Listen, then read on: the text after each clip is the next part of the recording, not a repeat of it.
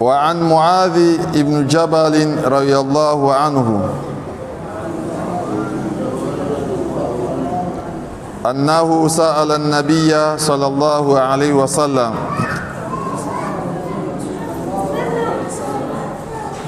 ما يحل للرجل من امرأته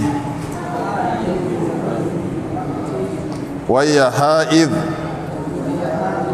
فقال ما فوق الإزار.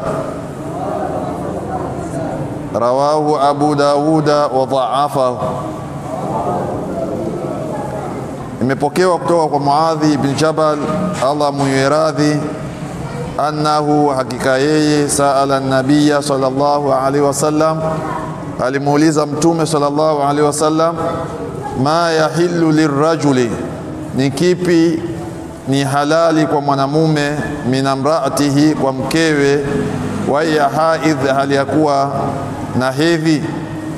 Faqala, mtume akasema sallallahu alaihi wasallam, ma fauqa al-izari, kilicho halali ni kile kilicho juu ya shuka, kikoi kile anachofunga kiunoni mtu. Tumeelewana? Maana yake huku juu huko ndo halali kwa mwanamume kwa mkewe, ama huko chini kuanzia shuka ilipofungwa kwenda huko huko usisogee. Ma yahillu lirajul min amraatihi, ni kipi halali kwa mwanamume kwa mkewe, wa ya haidhi, hali ya kuwa akiwa na hedhi. Faqala, kasema mtume, ma fauqa al-izar, ni halali ni juu ya shuka. Shuka ufungwa wapi? Shuka kawaida ufungwa wapi? Kwenye kiuno. Kwa hiyo huku ndo ni halali yake. Naam, hadithi hii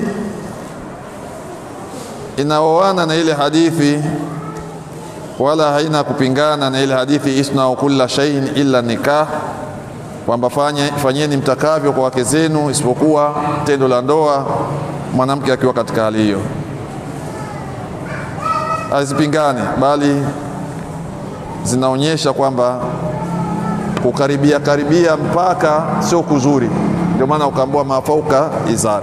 Pamoja Imamu Abu Daud ameidhofisha hadithi hiyo. Naam.